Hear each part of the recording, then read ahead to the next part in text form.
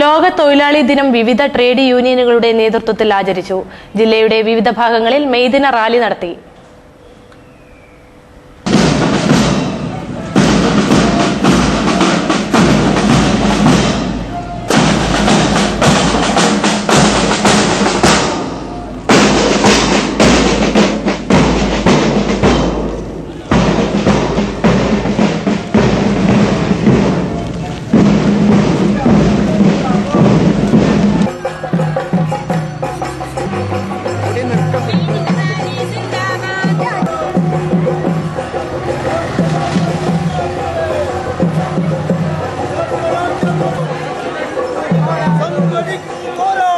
മുതലാളിത്തം എന്ന് പറയുന്നത് നാടുവാഴ്ത്തുന്ന വ്യത്യസ്തമായി ആധുനിക മുതലാളിത്തം സാമ്രാജ്യത്തിന്റെ ഒരു പുതിയ പതിപ്പ് എന്ന രീതിയിൽ അതിന്റെ ചൂഷണം നിർലജ്ജവും നാണം കെട്ടതുമായ രീതിയിലാകും എന്ന് മാർക്സ് അന്ന് തന്നെ സൂചിപ്പിക്കുകയുണ്ടായി.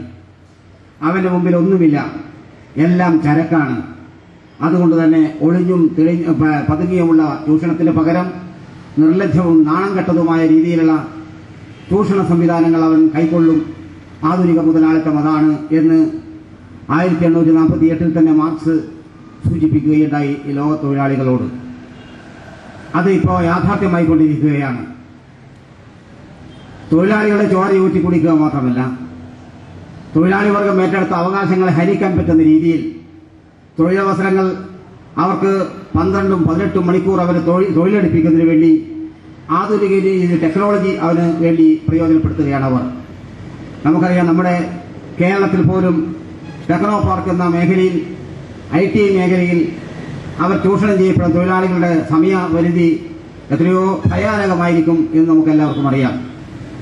ആധുനിക സജ്ജീകരണങ്ങൾ കൈകാര്യം ചെയ്തുകൊണ്ട് ആധുനിക തൊഴിലാളി അവൻ അസംഘടിതരായ രീതിയിൽ അവനെ ചൂഷണം ചെയ്യാൻ രാവിലെ 6 മണി മുതൽ അവൻ വർക്ക് ഷെഡിൽ കയറിയാൽ അവന്റെ ജോലി സമയം മണിക്കൂറുകളല്ല, അവന്റെ കയ്യിൽ കൊടുക്കുന്ന പേപ്പർ തീരുന്നതുവരെ അവൻ ജോലി ചെയ്യണം.